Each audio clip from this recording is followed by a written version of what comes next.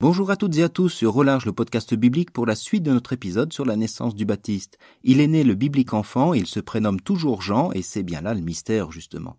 On retrouve l'évangile de Luc au chapitre 1 pour découvrir le récit de cette naissance juste après le générique.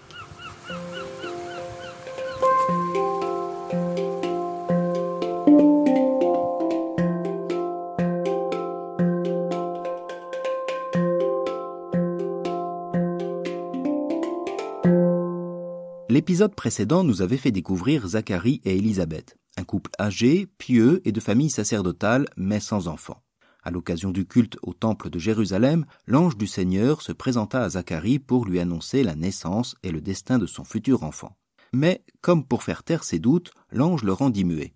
J'avais terminé cet épisode en soulignant le passage au premier plan de son épouse Élisabeth, et c'est bien ce que nous donne à entendre le récit de sa naissance et de sa circoncision.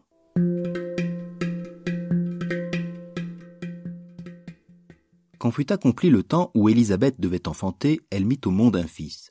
Ses voisins et sa famille apprirent que le Seigneur lui avait montré la grandeur de sa miséricorde, et ils se réjouissaient avec elle. Le 8e jour, ils vinrent pour la circoncision de l'enfant. Ils voulaient l'appeler Zacharie, du nom de son père. Mais sa mère prit la parole et déclara « Non, il s'appellera Jean ». On lui dit « Personne dans ta famille ne porte ce nom-là ». Élisabeth est bien ici le personnage central. Zacharie, muet, est passé au second plan. C'est elle qui est l'objet de l'attention de ses voisins et de sa famille. Celle qui était stérile et âgée a mis au monde un fils. La naissance de l'enfant suscite donc l'émerveillement de tous qui reconnaissent l'action bienfaitrice du Seigneur qui a montré la grandeur de sa miséricorde. Mais Luc n'insiste pas sur l'extraordinaire, sur le merveilleux, mais d'abord sur l'action divine dans la vie quotidienne et concrète. Cette action n'est pas au seul bénéfice d'Élisabeth, mais de tout son entourage. La manière dont Luc raconte son récit insiste sur cette joie. L'enfant devient le signe que Dieu est à l'œuvre dans leur quotidien à tous pour effacer la fatalité et l'amertume du peuple. Bref, l'enfant est déjà le signe précurseur d'un bouleversement divin. L'histoire aurait pu s'achever ici. Tout est bien qui finit bien. Mais il y a ce rebondissement qui a lieu lors de la circoncision. Celle-ci, je le rappelle, est le signe dans la chair de l'alliance entre Dieu et son peuple. Elle marque l'attachement, l'appartenance à Israël pour faire court. La loi juive demande que les garçons soient circoncis au 8e jour, comme le Seigneur le demanda à Abraham en Genèse 17. Et toi, voici mon pacte que tu garderas, et après toi tes descendants. Tous les mâles parmi vous seront circoncis dans la chair de leur prépuce. Et ce sera le signe du pacte entre moi et vous.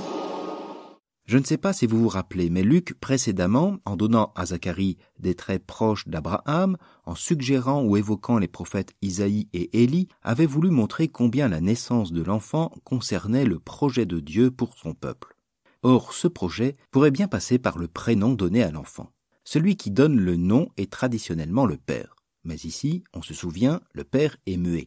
Si bien que l'Assemblée décide qu'il aura le nom du père, comme c'était souvent le cas pour l'aîné. Il s'agit plus d'une coutume que d'une règle, une coutume ici appliquée en raison du mutisme de Zacharie. Or, on l'entend bien. C'est ici Élisabeth qui, au milieu de la célébration, fait entendre sa voix et son autorité.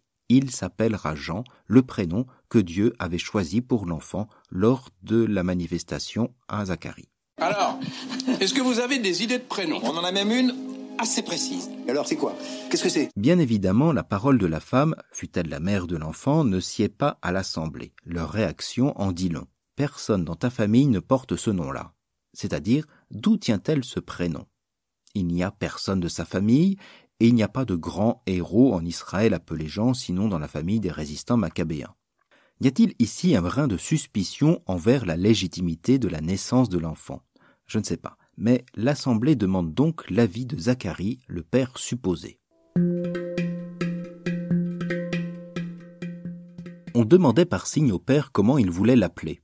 Il se fit donner une tablette sur laquelle il écrivit « Jean » et son nom. Et tout le monde en fut étonné. À l'instant même, sa bouche s'ouvrit, sa langue se délia, il parlait et bénissait Dieu. La crainte saisit alors tous les gens du voisinage, et dans toute la région montagneuse de Judée on racontait tous ces événements.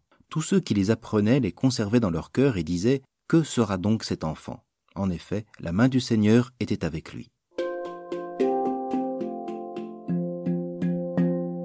L'assemblée s'adresse donc au Père par signe, ce qui peut nous paraître grotesque car jamais il n'a été dit qu'en plus de son mutisme, Zacharie avait été frappé de surdité. Bref, ils font des gestes inutiles. Luc, derrière cette scène quasi comique, ferait-il référence au livre des Proverbes au chapitre 6, où on retrouve le même verbe à propos des vauriens et des fauteurs de troubles. Nous lisons, c'est un vaurien, un faucheton, il se promène tordant sa bouche, faisant des signes de l'œil, des appels du pied, donnant ses consignes avec le doigt. Le cœur pervers, il prépare de mauvais coups, à tout moment, il déclenche des querelles. Le texte de Luc souligne ainsi le caractère suspicieux qui peut atteindre la légitimité de la conception de cet enfant, mais plus sûrement le refus de donner toute légitimité à la mère pour lui donner un nom.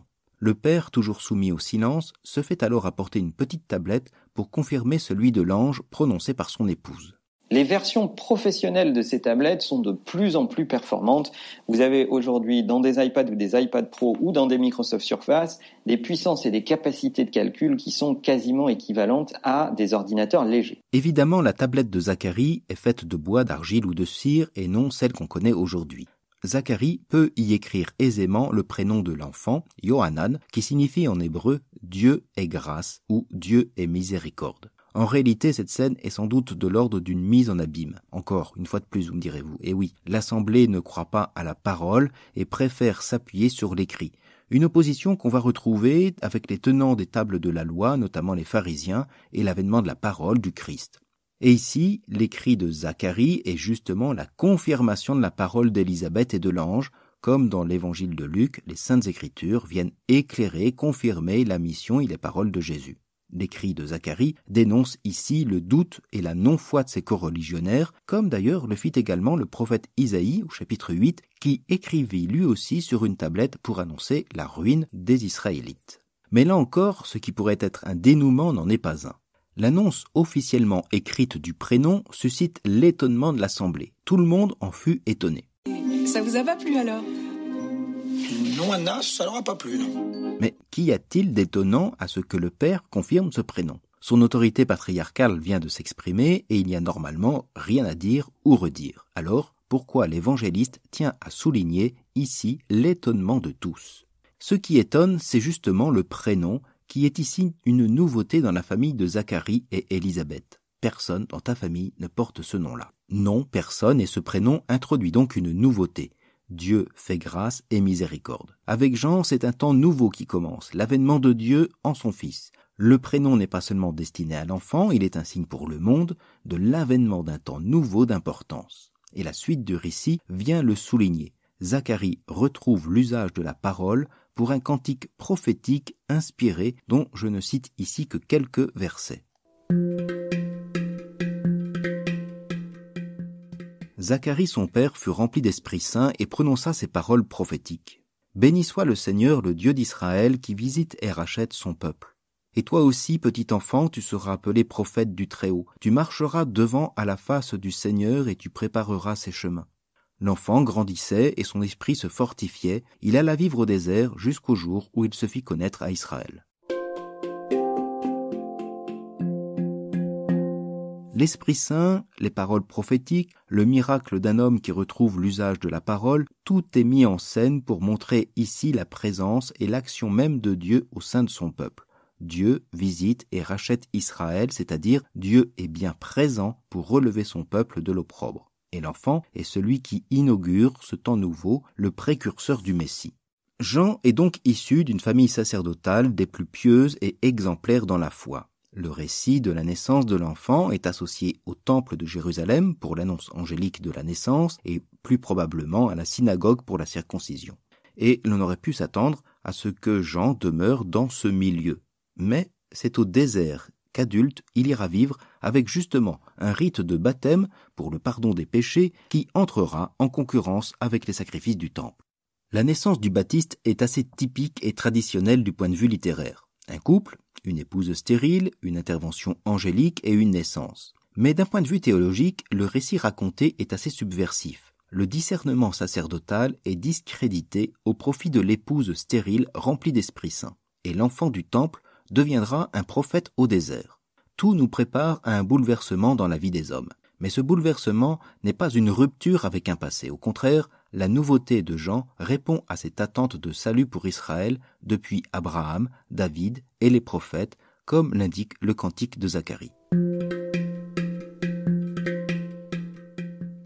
Le Seigneur a fait surgir la force qui nous sauve dans la maison de David, son serviteur, comme il l'avait dit par la bouche des saints, par ses prophètes depuis les temps anciens. Salut qui nous arrache à l'ennemi, à la main de tous nos oppresseurs. Amour qu'il montre envers nos pères. Mémoire de son alliance sainte et serment juré à notre père Abraham de nous rendre sans crainte. Or, cette venue du Seigneur et de la force de son Messie sera des plus inattendues, comme vont nous le suggérer les récits de la Nativité. Mais nous ne sommes pas encore à Noël et nous allons nous retrouver pour un autre récit de naissance biblique. Je vous dis donc à très bientôt et vous laisse avec ces paroles à méditer tirées du livre des Proverbes au chapitre 15 verset 25. Le Seigneur renverse la maison des orgueilleux, mais il fixe les bornes du terrain de la veuve.